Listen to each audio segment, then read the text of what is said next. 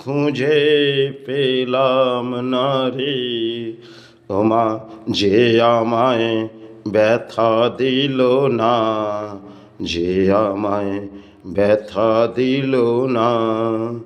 ও মন্দেশিয়ার মনের কথা উড়ি না আকাশে, মাগো তুই আছিস কোথা, আর কি পাবো ফিরে। মাগো তুই আছিস কোথা, আর কি পাবো ফিরে। এমন মানুষ খুঁজে পেলাম না রে, যে আমায় ব্যথা দিল না, যে আমায় ব্যথা দিল না। ও মন্দেশিয়ার মনের কথা উড়ে না আকাশে, মাগো তুই আছিস কোথা, আর কি পাবো ফিরে। অসাধারণ গান গোষ্ঠগোপাল বাবুল। এক একটি গান যেন আবির্ভাব করে গেছেন সময় ক্ষেত্রে, প্রতিটি গান যেন হৃদয়ে লেগে যাবে। সে সমস্ত গান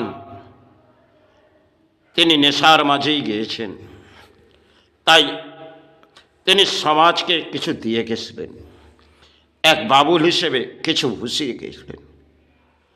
হয়তো তিনি নেশায় পরিণত হয়ে হয়তো স্টেজে পরিণত হতেন, আর এমন এমন গান অসাধারণ তিনি গেয়ে যেতেন যা হৃদয় জুড়িয়ে যেত, আত্মার মাঝে লাগত।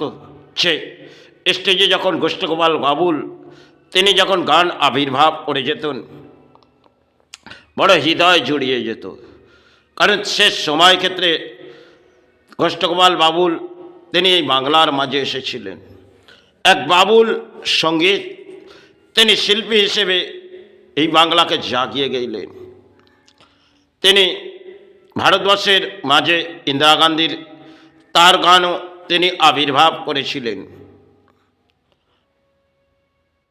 এ সমস্ত গান তিনি বাংলার মাঝে গেয়েছিলেন, তাই ভারত স্তরে তিনি যেতে পারেননি।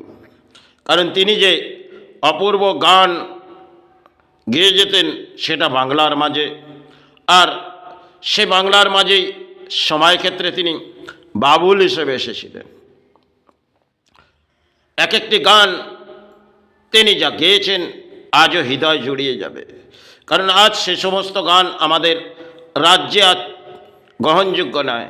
কারণ গোষ্ঠগোপাল বাবুল তিনি এই রাজ্যের মাঝে হয়তো এসেছিলেন, বহু পথ হয়তো ঘুরেছিলেন, আর সেই পথের মাঝ থেকে কিছু বুঝে উঠেছিলেন। তার জীবনে হয়তো কে দারিদ্রতা ছিল, কে দুঃখ ছিল, তা হয়তো আমরা কিছুই জানি না, কিন্তু যেগুলো গানের মাঝ দিয়ে আমাদের বুঝিয়ে দিয়ে গেছে, অপূর্ব যেন আমাদের হৃদয় জুড়িয়ে দিয়ে গেছে। সময় ক্ষেত্রে তিনি এসেছিলেন এই বাংলায়, সে সময় হয়তো বাবুল হিসেবে জাগিয়ে দিয়ে গেছিলেন বাংলাকে। কারণ বাংলায় আজ সে সমস্ত গান আবির্ভাব হয়তো কিছু জায়গায় হয়, কিন্তু সে সমস্ত গান যেগুলো উনি গেয়ে গেছেন তা অপূর্ব গান তিনি যেন গেয়েছেন। তার হৃদয় গানের মাঝ দিয়েই ছিলেন আর আমাদের বুঝিয়ে দিয়ে গেলেন। তিনি এক বাবুল শিল্পী। অসাধারণ অসাধারণ গান যেন আমাদের বাংলায় ফুটিয়ে দিয়ে গেলেন।